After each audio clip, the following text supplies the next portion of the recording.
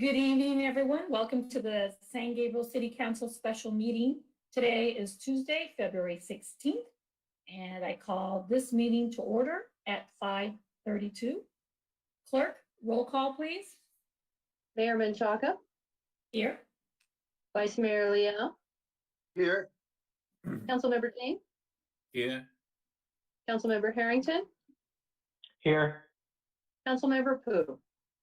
Here. Okay, we will start with some announcements from our Chief City Clerk. Tonight's meeting is live streamed on Cable Channel 3 and our online platforms. Please email all public comments to cityclerk@sgch.org. Comments will be read for up to 3 minutes each. Comments received after the end of the public comment section will be forwarded to the City Council after the meeting. If you wish to be added to the distribution list to receive City Council agendas, please email your request to cityclerk@sgch.org.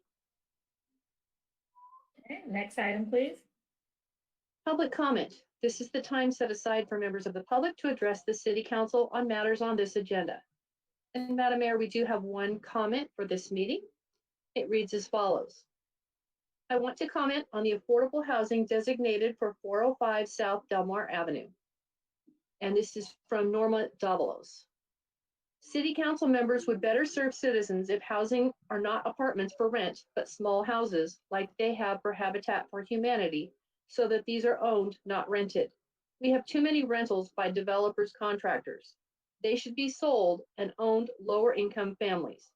Considering it is by the train tracks, although underground, it is not ideal with the noise, but that should make these more affordable.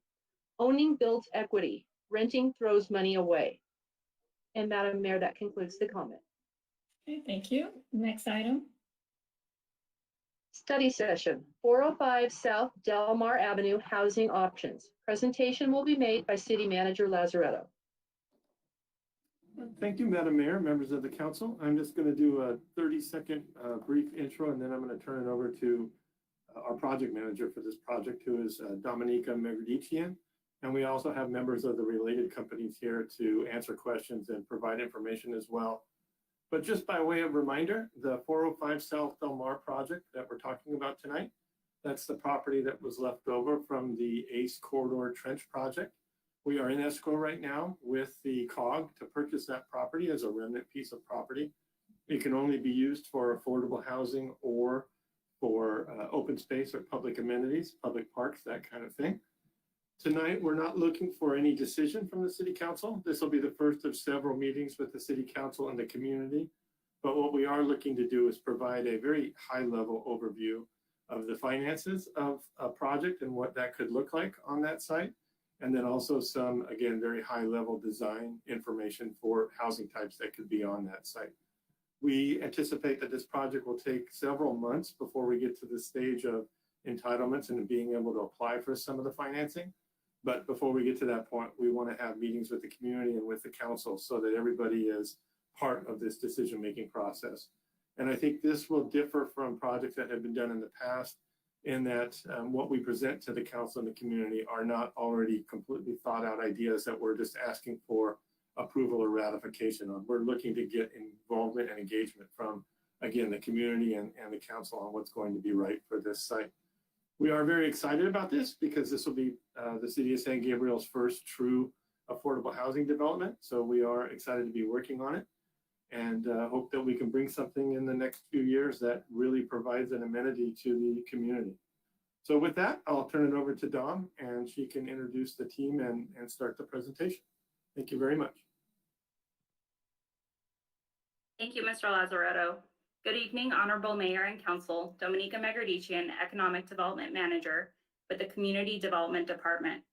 As previously mentioned, the study session tonight is for the development of an affordable housing product at 405 South Delmar, a property located in San Gabriel that the city is currently in process of purchasing.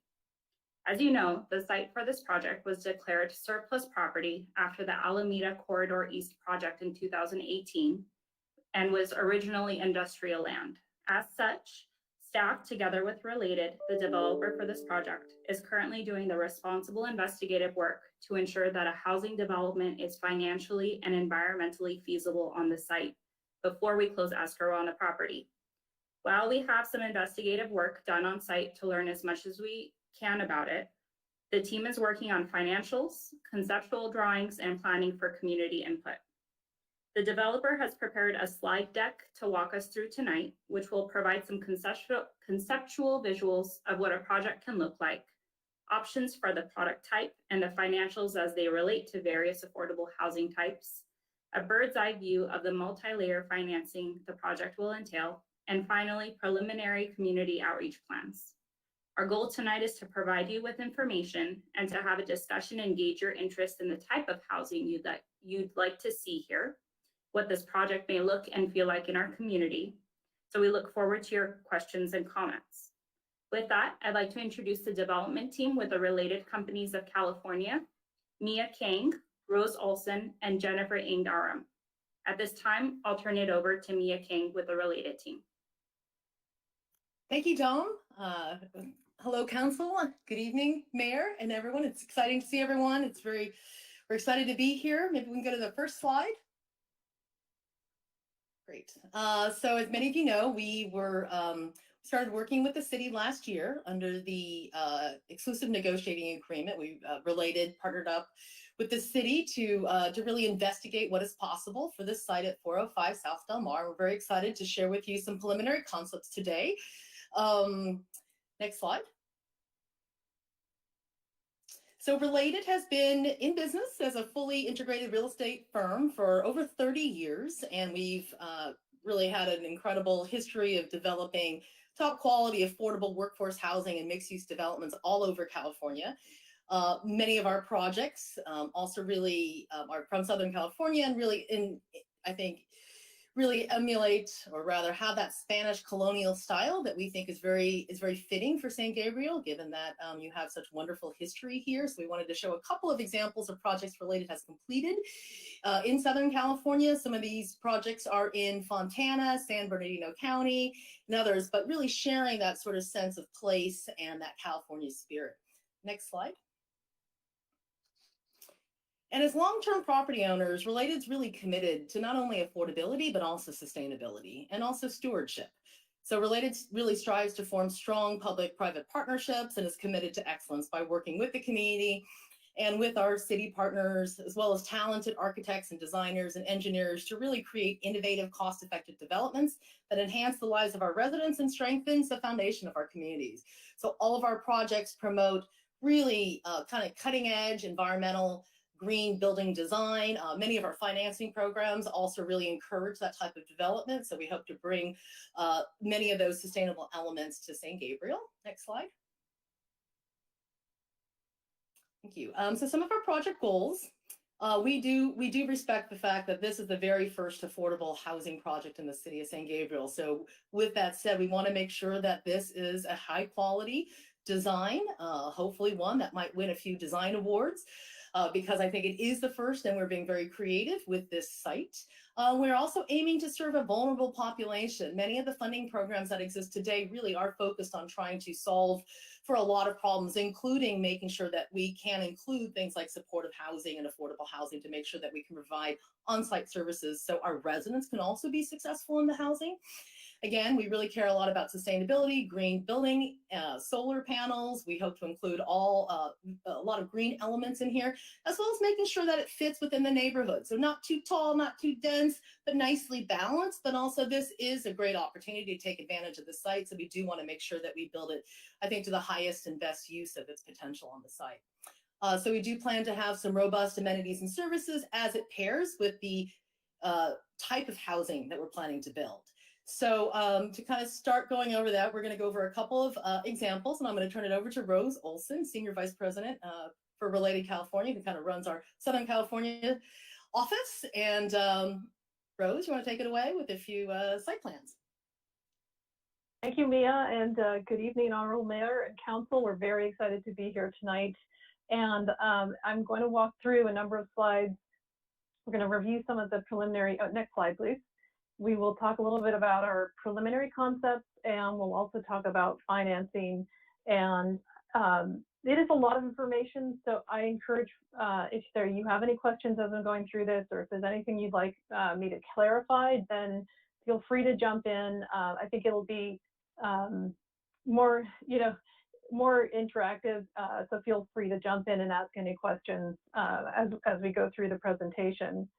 So as Mia mentioned, we wanted to take a very preliminary look at some possible options for how we might develop the site. So we conferred with our design team and we came up with 2 possible scenarios. Again, these are very preliminary, but they're a good starting point, I think, for understanding how the site might be developed.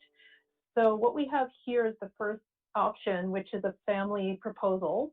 And the second option will be seniors, which will follow after this. So for the family proposal, a couple of things to keep in mind. When we talk about families, what we really mean when we get down into the building and the unit sizes are a mixture of 1, 2, and 3 bedroom units. So it's a variety of unit size, which will actually accommodate a variety of different household sizes as well. So you can have couples, but you can have families with 2 or 3 children, and it'll accommodate a range of household sizes. We wanted to break the massing down so that instead of 1 large building, we are looking at 2 separate buildings. So that helps with the scale and the massing to make it fit into the community. You'll also see in both of these schemes, we've provided dedicated parking for the residents, and that's also split into 2 different separate areas on the site at the east and west ends of the site. And I should note also that we are showing that a portion of Main Street could be vacated in order to allow for a more generous front yard for this site. That's obviously something that's just a preliminary notion. It has to be studied further. So we did want to note that, but it's something that would need to be approved and reviewed further. So in this scenario, we have 56 family units. We also always have an on-site property manager unit as well. So I will continue to the next slide.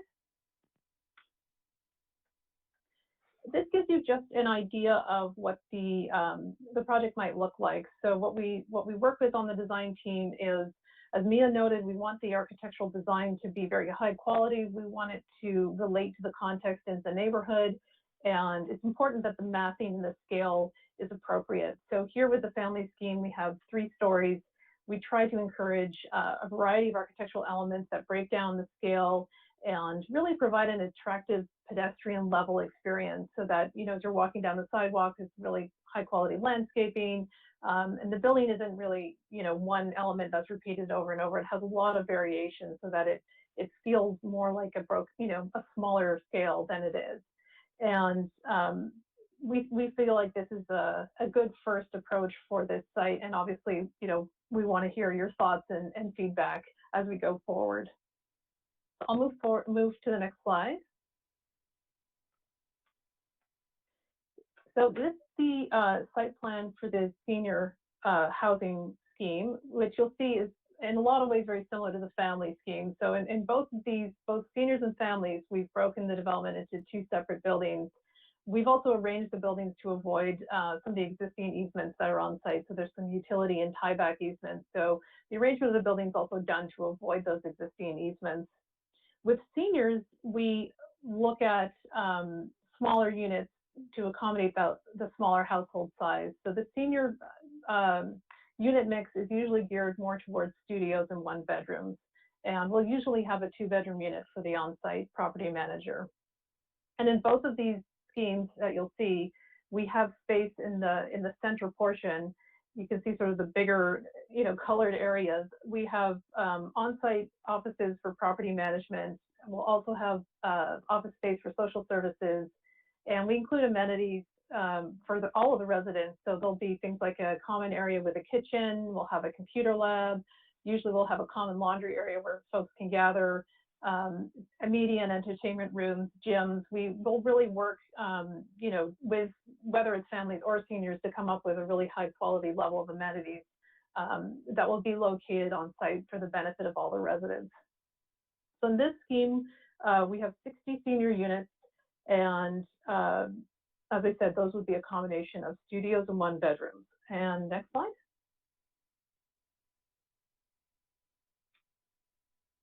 So in terms of the exterior massing, you'll see that the language in the architectural style is quite similar to the family proposal. Here, because of the smaller unit size, the overall massing is a little bit lower, so we're able to do a combination of 2 and 3 stories. But in terms of the quality and the articulation and the massing, very similar to the family scheme. So we feel, regardless of what population or which way the council wants to go, we think we can really come up with a very attractive design that will fit in well with the neighborhood. Next slide. The architect wanted to just include some of their references when they started with the design, so you can see that they were drawing on details and architectural language that's contextual and that's appropriate. And when we move forward with new construction, we're very cognizant of the details that come from the past and the local context. So this was some of the inspirational imagery that the design team was working with. Next slide. And again, some examples of how you can achieve with new construction and modern construction, very contextual and a very an appropriate type of design that does work very well within a tight-knit and small community. So next slide. So I'm going to touch on financing at a very high level, again, because we are at an early stage, and this is really kind of an introduction to the meat and potatoes of affordable housing. So bear with me because it will get a little bit, wonky or nerdy, because this is where we get into the specifics of affordable, and feel free to ask me if you have any questions as we go through. So for our world, in terms of 100% affordable housing, we rely on a couple of key funding sources. Really, the building block for us is the tax credit program, which you may or may not have heard of. We call it LIHTC, or low income housing tax credits. And what tax credits do is allow investors to bring private investment into affordable housing. So we will apply for and be awarded the tax credits, and then we work with lenders and investors who provide they use the tax credits and they provide tax credit equity to help pay for the development. So the key things to remember with tax credit financing is there's basically 2 major programs, and what we call the 9% and the 4% program. The 9% provides generally a little bit more equity than the 4% program. Recently, both of these programs have become competitive. It used to be that the 9% was competitive and the 4% was not, but in the world we're in now, both of these programs are competitive. So they look at the tax credit committee, which is a state agency, will look at a number of things such as, is the project ready? Does it have all its committed funding sources in place?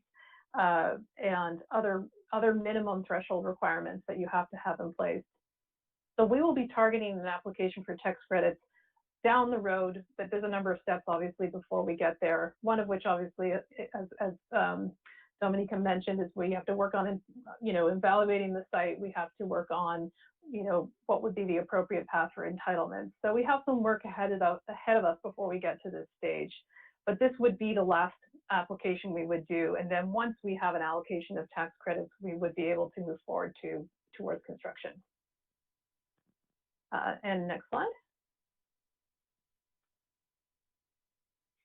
So as a way of an example, we wanted to show a couple of similar projects in terms of size and geography. So the way the tax credit program works is that you compete based on your location, and in the case of San Gabriel, it is part of the Los Angeles County bucket or geographical set aside. So all of the projects in the city of LA have their own geographic portion, and then the rest of the cities in the LA County compete against each other separate from the city of LA. So last year, these are examples, some of the projects that got funded in LA County, including projects here in Pomona, Inglewood, and Santa Monica.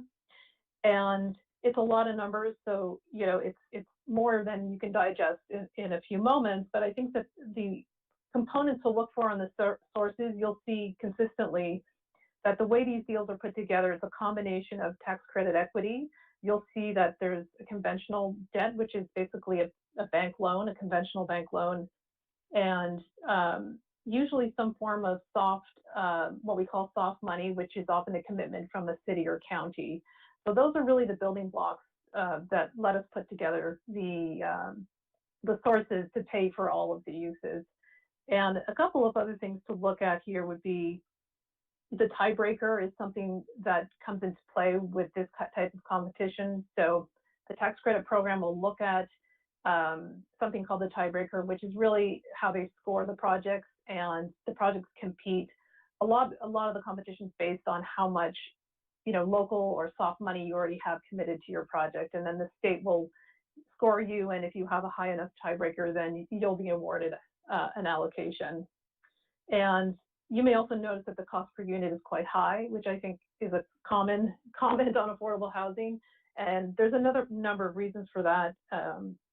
One of which is that the funding agencies require a very high level of sustainability and quality. So it's actually usually a higher level of sustainability and quality than even a market rate proposal may have.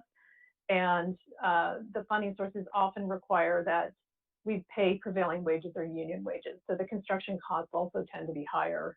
And then finally, the cost of the land is very much a factor in these projects, and the land cost ultimately gets built into the total development cost, and it's one of the reasons why these projects do end up costing quite a bit. So I will move on to the next slide. And then the other funding source we wanted to just touch on briefly is the County of Los Angeles, and the county is another key funding source.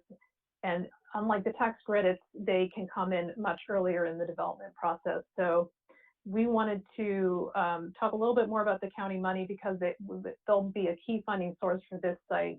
And what's important to understand with the county, or we call it LACTA, which is the Los Angeles County Development Authority, is they have competitive funding rounds once a year. So you can apply for funds usually in the fall around October and November. And they also have certain criteria and certain competitive requirements. So they look at, how much money you have committed already. They look at the experience of the development team. They'll look at where you're located in the county and other priority areas that they may be focusing on. The county also has a focus on special needs units. So that's something we'll talk about a little bit more. And I did want to mention that city staff has already met with the county and have discussed this funding source and other possible funding sources as well. So the discussions with the county have already begun to hopefully have them come in as a key funding partner. Next slide.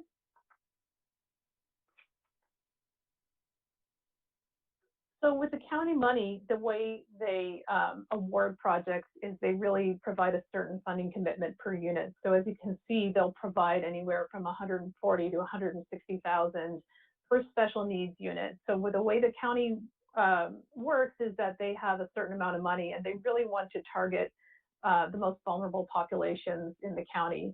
So you can see on the right-hand side some of the individuals and populations that the county is trying to promote, and you can put your development forward to the county and set aside a certain number of units for a special needs population. So we wanted to get feedback as well on what that might look like, how we might be able to factor in some special needs units potentially as a way of being competitive for the county funding. And I should point out that with the special needs units, the county provides a Section 8 voucher, which allows the tenant to pay no more than 30% of their income on rent. So if you have a tenant who has very limited income, the Section 8 voucher will cover the balance of that rent for them, which allows for the project to be stable and cash flow. And it also allows us to bring in usually a little bit bigger bank loan, which helps pay for some of the cost of the construction as well. So lots to digest here. I will move on to the next slide. So for 405 Del Mar, we wanted to, at a very high level, look at what the numbers might look like. So for both the family and senior proposed projects with both options. We looked at what a high-level sources and uses might be. So this, again, is very preliminary. As we move forward, this would be something that we're going to work closely with staff to refine and also to, to update as we move forward. I think what you'll see here is obviously on the sources, I mentioned conventional bank loan is something we usually have, tax credit, equity, LACTA, LACDA, that's the county funding source we just talked about. And then GAP is really the remaining money that we need to work with other funding sources to fill that gap. So the state of California has a number of programs, and we can apply for those programs once we're fully entitled. So we would look to be competitive for those different programs as they become available. There are a number that are out there. There's some that target veterans or encourage you to, have a certain number of veteran units. Infill infrastructure grant is another program that will pay for utilities and other types of infrastructure. So we're working closely with staff to, down the road, what would our schedule be to apply for some of these other sources. So again, this isn't something we're doing tomorrow or next month, but we will be addressing this as the project moves forward. And I will transition over to Mia, who is going to talk a little bit about our community engagement plan. Thank you, Rose. And yes, we definitely can address questions, and we just have a couple more slides, and then I think we can open up to questions. So next slide, please. Just a little bit on community engagement. We cares a lot about making sure that we do robust community outreach, even in this time of COVID, where we are really focused on trying to have safe meetings. So some of the strategies we're looking to do is really first identifying kind of small group meetings, some stakeholders that we can start to begin conversations with. Typically, that's your local affordable housing advocacy organization. Oftentimes they're nonprofit groups, regionally as well as locally here in the city. We've already been in touch with a couple of real estate groups. We know that there are a couple of brokers very interested in affordable housing and want to be a part of the process and engage. There's also faith-based organizations that we hope to reach out to, and we're going to work closely with staff to identify all the right folks that we should be reaching out to. So this kind of our first tier is really, frankly, growing really growing our support amongst the folks who are actually working with this same population. So a lot of times these groups are very much in the weeds on the issues. So we think it's really important to make sure that we tie into the local nonprofit groups, really have a good understanding of the needs, and also really, quite honestly, help us build support and provide input. In addition, we also want to make sure that we reach out to the local businesses and the neighbors, and we can do that both in a direct fashion, phone calls, letters, emails, we'll just try to engage the best that we can. And as far as our meetings, we want to make sure that at least from the beginning, they'll have a few things to react to. So if you've seen, we have our site plans for the senior and the family. I think we're still trying to compare and contrast and figure out the best options. So again, we're really interested in hearing the council's thoughts in that regard in terms of project type, but we also think that we'll be working with the community, showing them the massing plan, showing them what's possible on the site, again, hearing their feedback. Some of the things that we did, of course, during the times in which we didn't have this national pandemic, we used to give tours on buses where we'd drive to properties and we'd invite our council members and we'd tour them around existing properties that we've built that are similar. These days, unfortunately, given where we're at, I think we can do some virtual things. It can provide information. We can even give addresses to folks if maybe, they're in, Fontana for the day or something like that, and they want to see a property. We can also make arrangements with property on-site staff to do tours if folks are interested. So we do want to make sure that, our portfolio is also a resource if folks from the council or others are interested in seeing what does affordable housing really look like. So again, we want to really make sure that we have an open house with lots of visuals, lots of information that's going to be translated. So English, Spanish, Chinese, and any other language that we feel is appropriate for the population we're talking to. We're also looking to make sure that we have, things like phone calls and letters and flyers that are out there for folks that are really not engaged on the computer, who are not doing, 5 Zoom meetings a day. So we know that isn't for everybody. And so we still want to make sure that we can reach out and again, really work with, the community and the folks who are kind of in the know. So we do plan to have, starting this spring, a few small meetings I think after this call, we'll start to have a few more meetings with folks, begin to engage the neighbors, local groups, and just really make sure that we let people know what we're working on and that they have an opportunity to comment. Next slide. And with that, just sort of our overall timeline, next steps, again, very preliminary. The city of San Gabriel bars on top, they're really going to be focused on making sure that, the city's now in contract for the land. So we've got this due diligence period for about 6 months. So in June, we're hoping to kind of finish our studies and assessments, both the survey and the environmental work. So the city's working on that, taking the lead, also trying to determine the path forward with the entitlement. So we're hoping to have that full scope kind of completed within the next few months. And then during that same time on a parallel track, Related will continue to refine our concept plans, continue to have meetings with the council.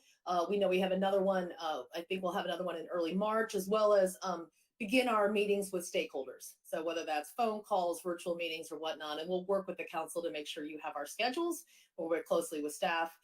And then hopefully by the end of all that outreach, we'll get a really good sense of the direction of the project, whether it's going to be family, senior, number of units, parking spaces, all that good stuff that everybody likes to talk about. We want to hear what the ideas are, and we want to be able to incorporate that. So our hope is then by the end of May, early June, we have a very clear idea about what our project is so that we can work with the city in tandem with kind of going forward, figuring out what the next steps are with regards to the entitlements. So, but this June is also a time in which I think the city puts in another deposit, you release contingency. So it's really a point of go, no go is this June date. So we're really looking to kind of get a lot of this preliminary study work done out of the way. One of the most critical things is just to make sure that the site is clean. We actually don't fully have that yet. So once we know that the site's clean, nothing's buried underneath there that we have to deal with and contend with, it's going to make it a lot easier for us to continue to understand what's possible here. But with that said, this is our last slide. So I thought maybe we could open it up for questions, and we're happy to go back to any slide. If anybody wants to see another image again, we can go back to the floor plans, renderings. It is. Hi, Mia. I'm going to go ahead and take over here. Thank you so much, Related team, for your presentation. I do want to just bring it back for just a moment before we do open it up for comments and feedback. I would be remiss not to mention our in-house team working on this project. From the Community Development Department is Armine Chaparian, Samantha Tawassert, Claudia Jellin, as well as our partners in Public Works. Members of the council, our next steps will include an item to council on March 2nd to allocate some of the permanent local housing authority grant monies towards the surveys for the site, as well as an amendment to the exclusive negotiating agreement between the city and the developer to clarify some financial responsibilities. With that, Adam, I think we can go ahead and be ready to toggle back and forth if there are questions, and the community development staff and Related team are available for any feedback or questions. Thank you. Thank you, Dominique. I'll take it from here. So I'll open it up. This is a time for council discussion. So I see Vice Mayor's mic on. Would you like to begin the discussion? Oh, thank you, Madam Mayor. No, I just have a quick question regarding the family units and the senior units. How big is the average family unit, and same thing, what's the average size of the seniors units? Do you know? Yeah, so as Rose mentioned, we have these kind of averages. So for the family, you have to have 25% at 3-bedroom and 25% at 2-bedroom. And so on average, what do you think, Rose? 900 square feet, something like that on average, maybe for the family? Yeah, I mean, for family units, for a 2-bedroom unit, we may do anywhere from 850 to 950 square feet. And then a 3-bedroom unit would be 1,100 to 1,300.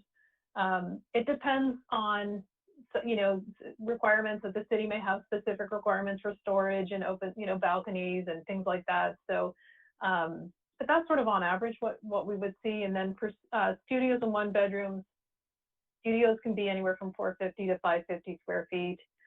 1-bedrooms can be anywhere from 625 to 700 square feet, in that range. That sounds just right.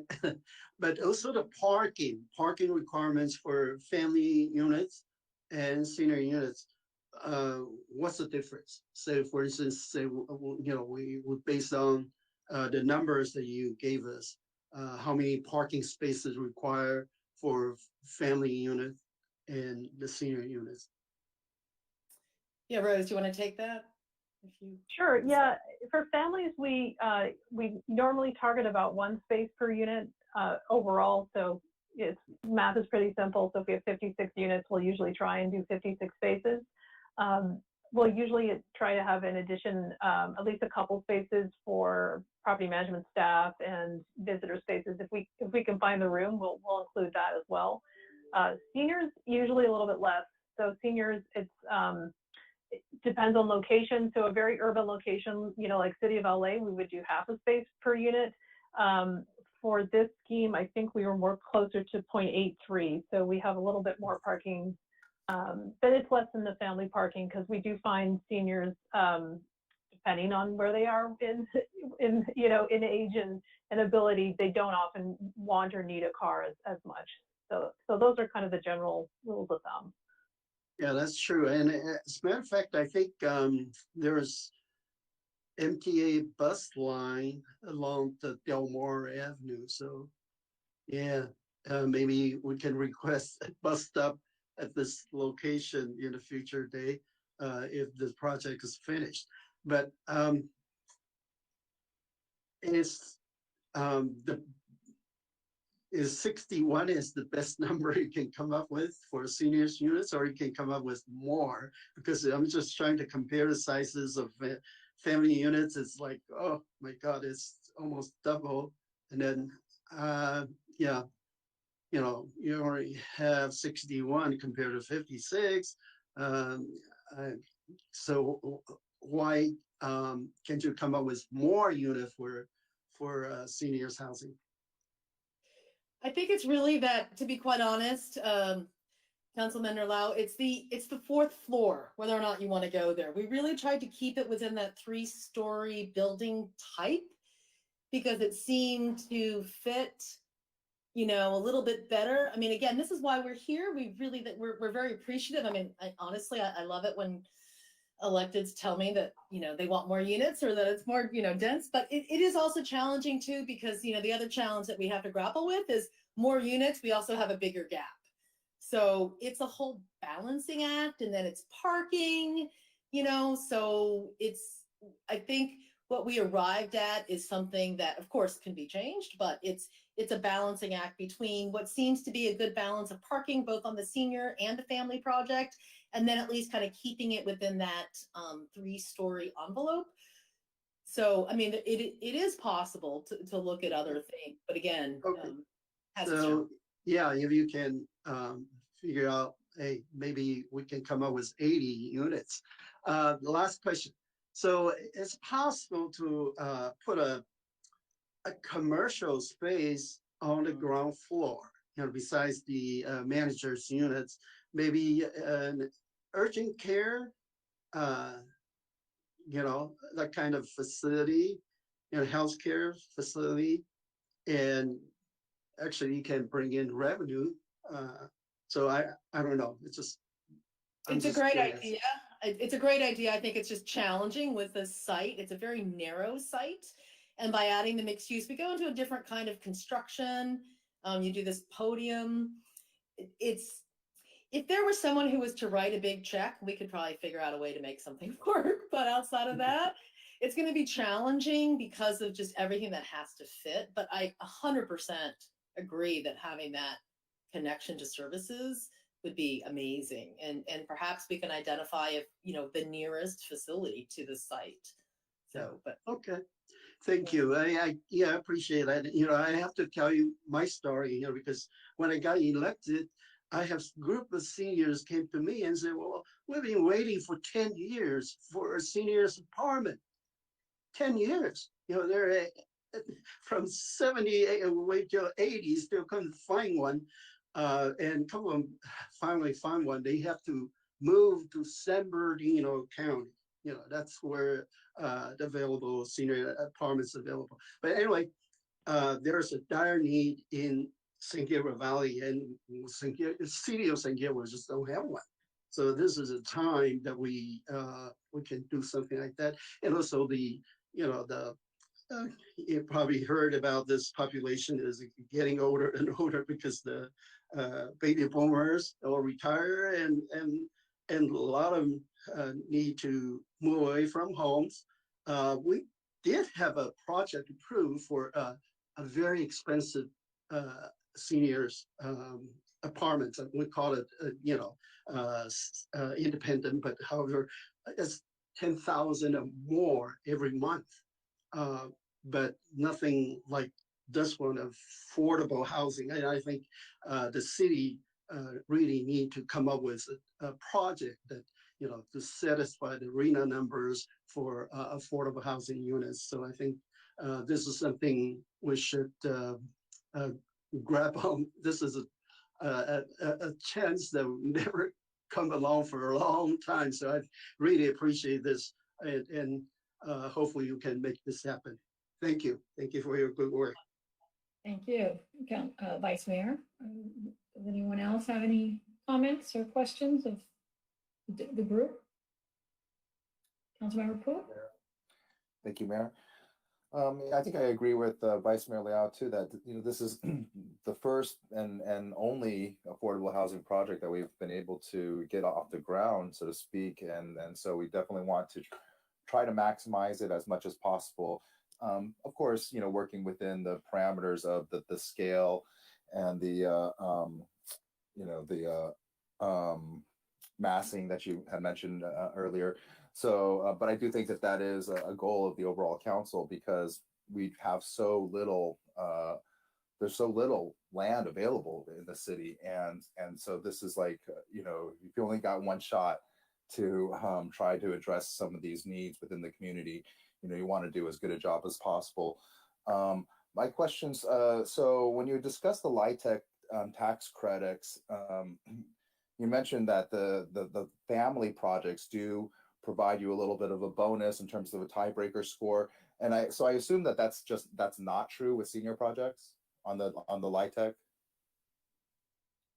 Yeah, there's just been this, kind of shift in Sacramento around trying to pair up areas of high opportunity and prioritize that with placing affordable housing in these locations. But really looking more at the family side of it. So they really favor the families in areas of high opportunity, which really mean good education, access to jobs, good transport, all these sort of benchmark things. And so unfortunately, they don't favor seniors in the same way, pairing it up with the high opportunity areas. So that's at least for this 9% tax credit program. And right now, of course, the 9% tax credit program does provide the greatest amount of sort of outside equity, private capital that we could raise. And so that's kind of our first strategy anyway. So yes, it's a trade-off, to be quite honest. So yes, it's more. I'll jump in and just add that even in a family project, which we call family, it's really a mixture of 1, 2, and 3 bedrooms. And so as long as you hit the bedroom mix that the tax credit program wants to see, it doesn't prevent seniors from moving into a 1-bedroom within a family project. So if you have a mixture of unit sizes, you can still accommodate a range of folks. And so we often find that, in a family project, we'll have a mixture of seniors living in the smaller units and then families in the larger units. But yeah, I would reiterate what Mia said. There's a very large push, not only for, family, the number of units they want to see, they have a higher, allocation for family units. So they want to see more family projects, and they want to see family projects in what they call high opportunity or high resource areas, which just by luck of geography, the city of San Gabriel is considered, for good reason, is considered a very desirable and high resource community. So there's a lot of cities out there who have land, but they don't meet that criteria, so they're out of luck. So it is a factor to consider for sure. Great, thank you. So, because it seems like if you think of a Venn diagram and the sort of target populations to be served by LIHTC versus LACTA, there's only it seems like a small subset of intersection between the two, maybe namely homeless households, or I don't know if when you consider transition age youth, if you can consider the family as part of that as well.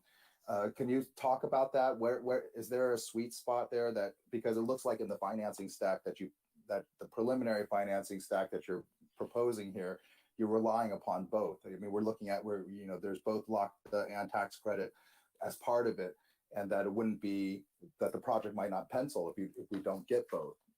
So can you talk about, is there a sweet spot of intersection between the two? Yeah, that's exactly right, Councilmember Rapu, that there is an intersection and they're critical to build on one another.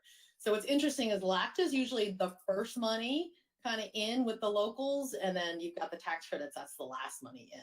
So, but I think, I know that, in our, as Rose mentioned, I was on the call with the city, there is one crossover with this higher resourced areas. So even though the tax credits doesn't necessarily favor it for seniors, it is recognized by LACTA as a favor, like as something that helps San Gabriel, regardless, just so you know, regardless of senior or family, I think.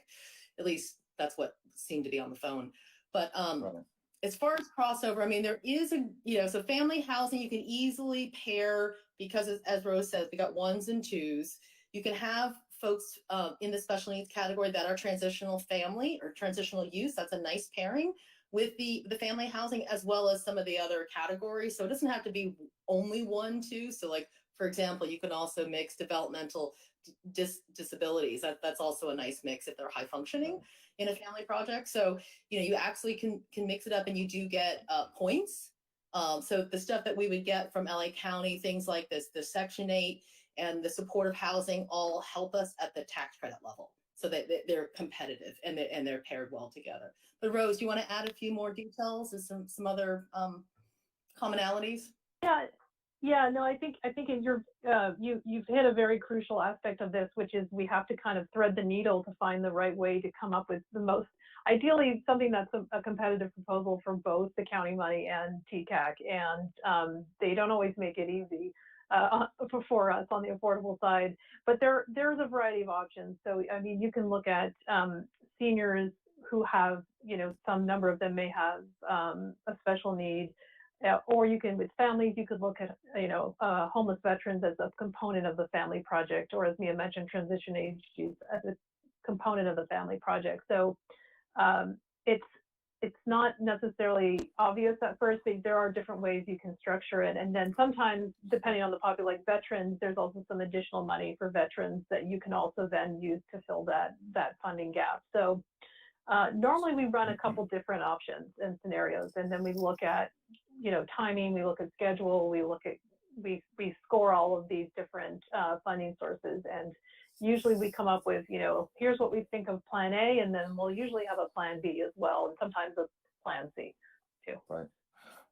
In this context, I just want to clarify, what does transition age mean, or what is transitioning, or when you talk about transition families, can you define that? Yeah, it's usually youth that has exited the foster care system. So it's they tend to be, I think, anywhere from like 17 to early 20 years of age. So it's a segment of the population that as they age out of the foster care system, they sometimes slip through the cracks. They can't get permanent housing. Obviously, they're young and they don't have a lot of income. So it's that age group. So they tend to need smaller units like studios and 1 bedrooms. Right. Okay. Let's see here. Last question here is, you also mentioned the wraparound services that would be associated with the LOCTA or county funding. I assume, I guess my question is, do then, in projects that you may have done in the past where there's LOCTA funding for special needs individuals, and these wraparound services, do those wraparounds, are they provided on site? Do those service agencies require some amount of square footage in terms of like facilities or like a place to provide some of those services? Yeah, again, really good questions, Councilmember Pooh. Yes, the answer is yes. They usually will come on site. We coordinate. There's a community room, as Rose was mentioning. We'll have an area that's like a kitchen. It's like your, you know, you can have little meetings or birthday parties there, that type of thing. But it can also be used for you know, services, you know, and as we design the space, in some cases too, you know, depending on the special need, we may even have some counseling rooms that are a little bit more private too. So it just kind of depends. We have to really fill in the blanks with, you know, once we know, as this thing starts to kind of come to life, we'll kind of begin to see what sort of services are needed, and we can kind of tailor. Okay, great. Thank you for that clarification. Now, just I think I would, you know, some of the thoughts that are going through my own head, and I think I would encourage my colleagues and the community to also consider is just that I think you know, there is a need for affordable senior housing, but there's just also a need for affordable housing generally. I mean, I think affordability is one of the main issues that we're going to continue to deal with for years, if not decades.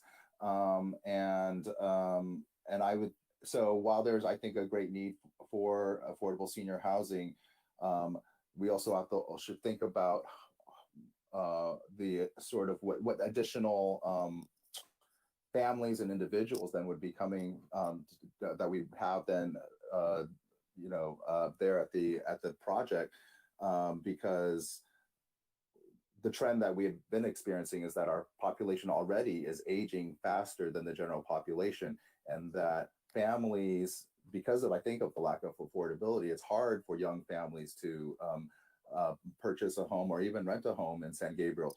And those of us who are here now, I mean, we can all consider ourselves very fortunate, and that there's good schools. It's very proximate to downtown and other job centers.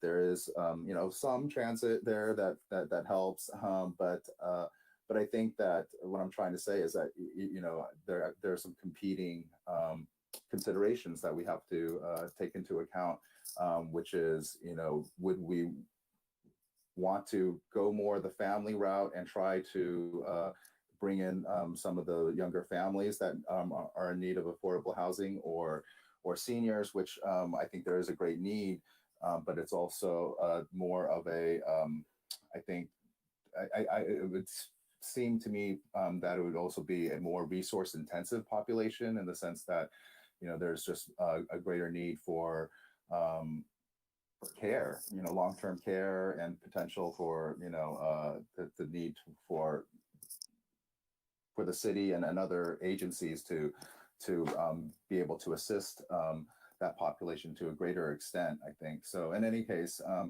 you know, just wanted to throw that out there, and I know that you know, I actually also look forward to the community outreach process and seeing what members of the community think about that kind of that issue, as to what kind of population, I guess, what this project would predominantly serve. Thanks a lot for your work and for all the good information. Thank you. Anyone else would like to ask them a question? Okay. So I was just, I wanted to just, oh, I'm sorry, Councilmember Dean? Yeah, I think maybe Councilmember Harrington, the mic on, so, okay. He's got the phone, that's why it's always on. Oh, I see. Yeah. Okay. Yeah, the sounds like good project. The question is, for this is 3-story, each building have the elevator or just a stairway? We would assume an elevator with 3 stories. 3 Right, Rose? story. We have at least one elevator in the building, right? Mm-hmm. Yeah, So, I mean, definitely for seniors, absolutely, yeah.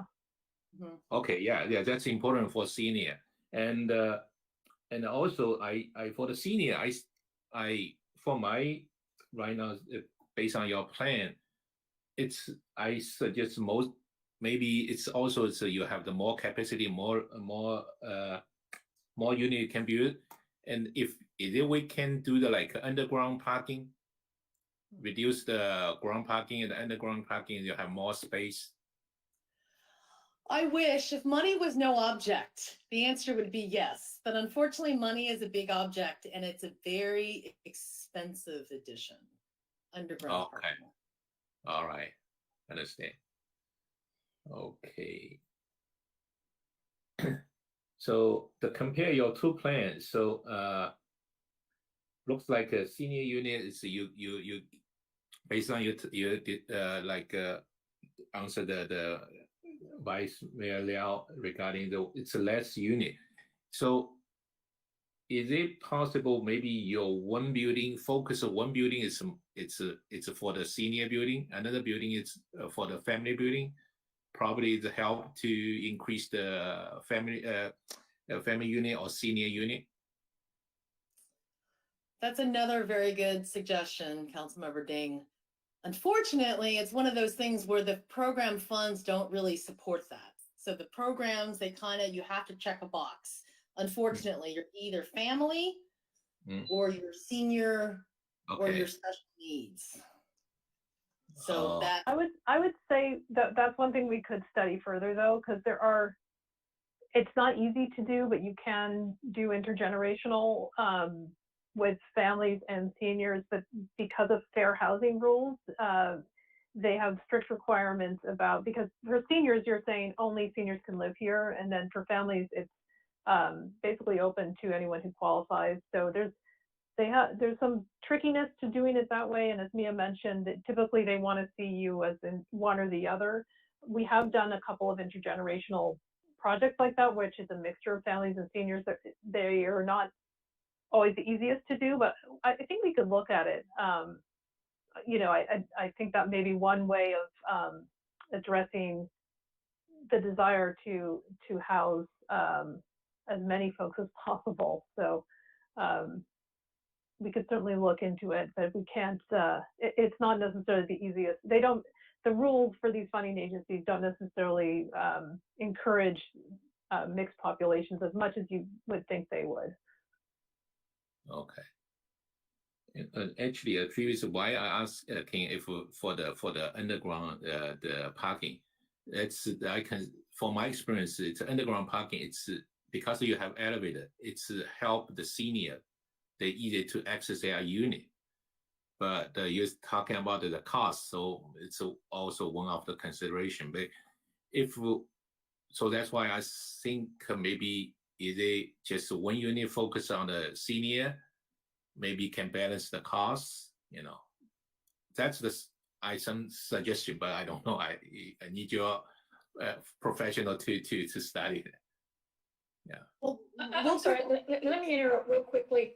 My understanding is that if you do underground parking, it's almost 4 times the cost of when you do regular parking. Is that true? Is that still the yeah, give or take? I've heard, surface parking. I mean, back in the day, we would say it's about $15,000 to build a surface parking space, and it could easily be $80,000 to build an underground parking space. Wow. Even more. Okay. Depending on that helps out, Councilmember. Yeah, the other thing too is that you have to underground. You have to always air condition. You have to always condition the space. So it's an ongoing because of all the fumes. So it's expensive. Okay. It's wonderful to have, but it's expensive. Okay, understand. But actually, my purpose is that you can build a more unit if you have an. I hear you. I wish we could just dig and dig and dig. Okay. All right. Okay. Yeah. Okay. So maybe just like I say, if one is focused on the senior, another one for the family, probably help to balance. Yeah, that's my suggestion. Okay. Thank you. Thank you. Thank you, Thank you, Mayor. Councilmember Ding. Any other questions from meeting council? Okay, I was just going to ask, I agree with a lot of comments already, but just for the public to be made aware of, we're talking about apartments versus homes. And so if you can explain why we're looking at the apartments, why homes is just not financially feasible. Someone could maybe briefly explain that.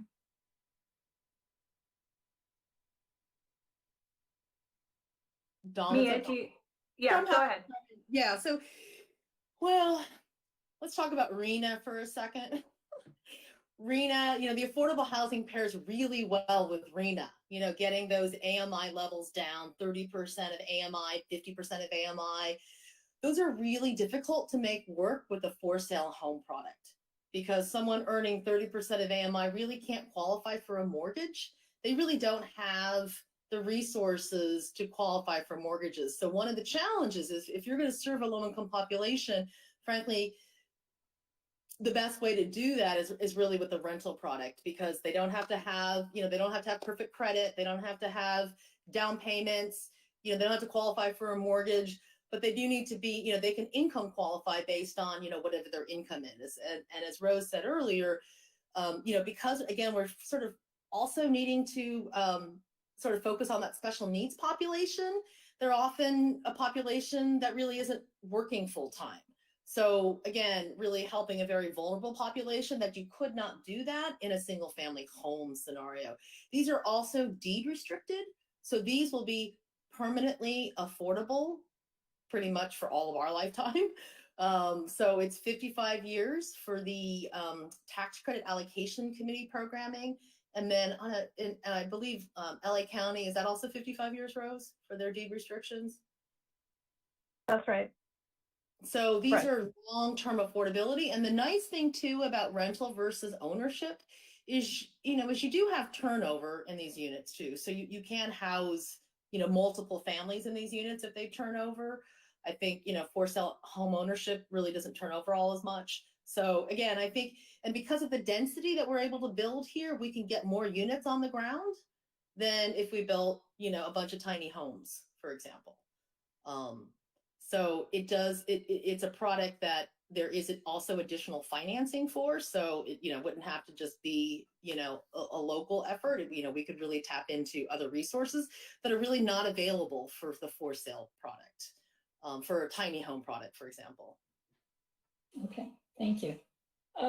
Regarding the wraparound services, yeah, I thought we had talked about a little bit about that. Is it possible to consider wraparound services, but maybe at like a mobile site of some sort, so you're not taking up the community room, but kind of like a drive up kind of mobile service, especially during the pandemic? We're seeing more of that, whether it's showers or meals. But if someone could just look into that as a possibility, especially if we need to focus on whether it's families or seniors that have special needs, I think that could be very helpful.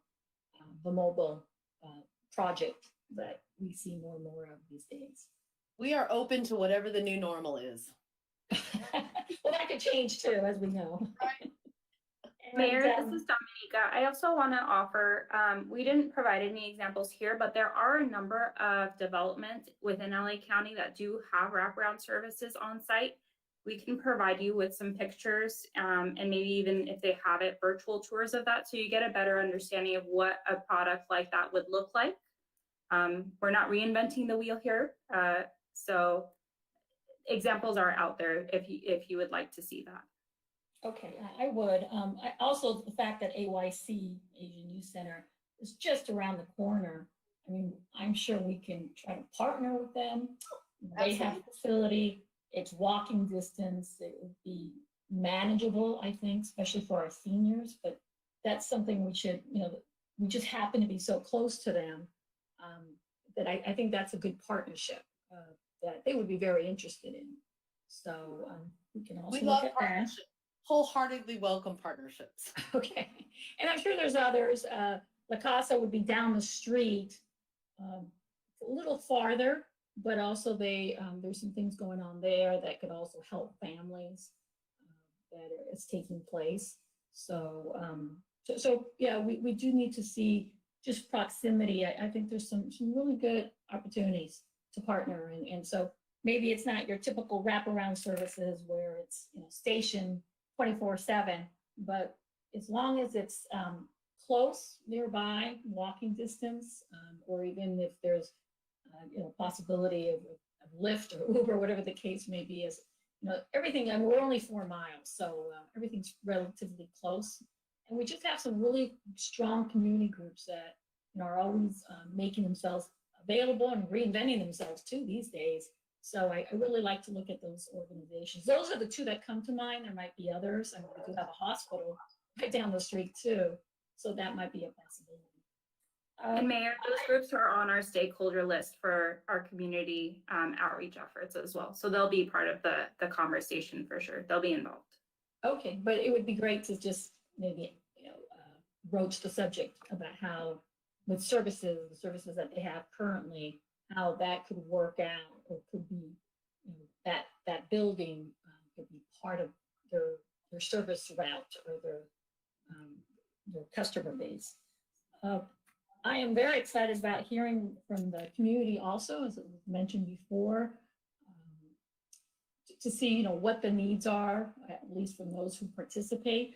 I too feel like we really need to look at families, kind of wearing my school board hat when I was on the school board. I know that was one of the areas we were really, and this is 10 years ago now, very concerned with because of the fact that families are having less kids, but B, families can't move into San Gabriel. Our housing prices have remained, if not, well, it's actually gone up compared to other communities, frankly. And it's making it so much harder for families to come and live in this community. And if any city is going to continue to thrive, we really have to look at our families and be more inviting and make it at least possible, even if it's at rental level, renting versus buying, at least giving them that opportunity to be part of the community and to attend our wonderful schools. And so I would like to see just the family part of it. Now, when I was looking at the schedules here, I noticed that the preliminary sources, yeah, there it is, that you have the TCAC tiebreaker score. And so for families, it was the potential gap was 45.8, whereas the seniors was 34.09. And so definitely the seniors have a less of a gap. I guess it's more attractive or easier to get the financing. Am I reading that correctly? The family is a little bit lower of a gap. It's a little fewer units, but it's a little smaller of a gap. And it has the higher tiebreaker is the family project because, again, it's given that extra little boost. Okay. But even though it's higher, almost by 10%, I mean, the financing is still possible. I mean, either scenario is possible.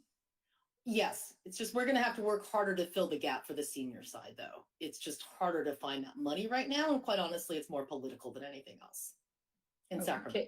Because the trend right now is to provide housing more for families versus seniors, even though the population is aging. Right. Is that correct? That's right. That's kind of counterintuitive. It's for the reasons you mentioned, because for working families, they're struggling so hard to get into good neighborhoods with great schools, and there's lots of tax credit housing in neighborhoods that maybe don't have the best schools. So they really are trying to create opportunities for families to benefit from good schools, good parks, all of the wonderful things in the kind of communities that get this high resource designation. So it is, as Mia said, it's political.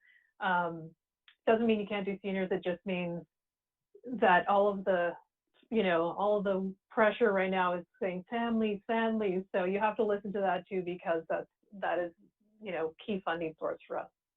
So with that in mind, I think it's very important that message gets delivered when we start doing our community outreach, because I think people are thinking it's a developer, they're ready to create this building and walk away.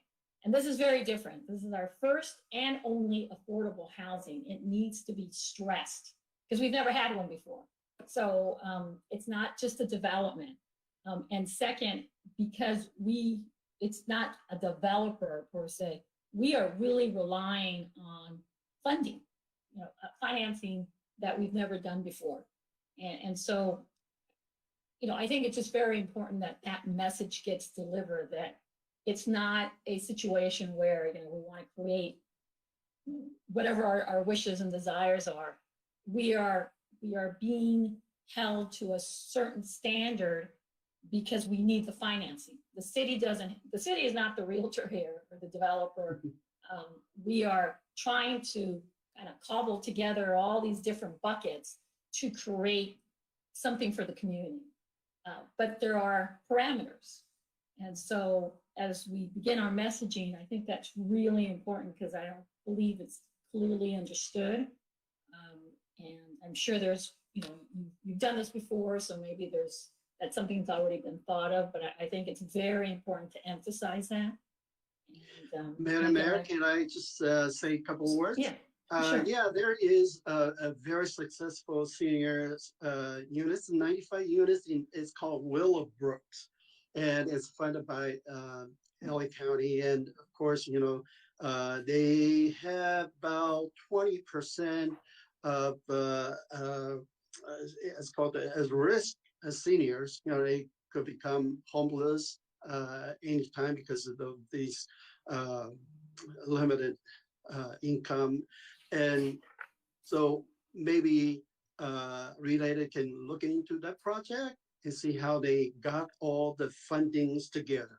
So Okay. I think that's a very successful project that we can learn from. Thank Okay. you. Great, thank you, Vice Mayor. So let's see. I had my train of thoughts now gone here, but I just want to make sure we're communicating properly with our community. We've never done this before, so it needs to be done well. And so there's no surprises, because when people go to the meetings, they are trying to provide feedback, but if they don't know there are certain restrictions, then I can see how the community can get very frustrated. So I would be frustrated, why show up at a meeting with all these ideas when they're not even possible, just because of the financing strategies that we're limited to. So anyway, but thank you for the presentation. Thank you for launching this information. I look forward to more of these sessions, but I would love to see what our community is interested in seeing based on the possibilities, and keep us posted. And if there are no other questions, I will now adjourn this meeting. But we do have a regular meeting that typically starts at 6:30. So I will adjourn and just have to make the announcement that the next regular city council meeting will be held shortly, Tuesday, February 16th. And let's just say we'll come back at 6:55. How's that? 10 minutes, or we'll just say 7. Just 7 o'clock. And we'll see you all soon. Thank you very much to the Realty team. Bye-bye. Thanks, everyone. Thank you. Thank you. Have a good night.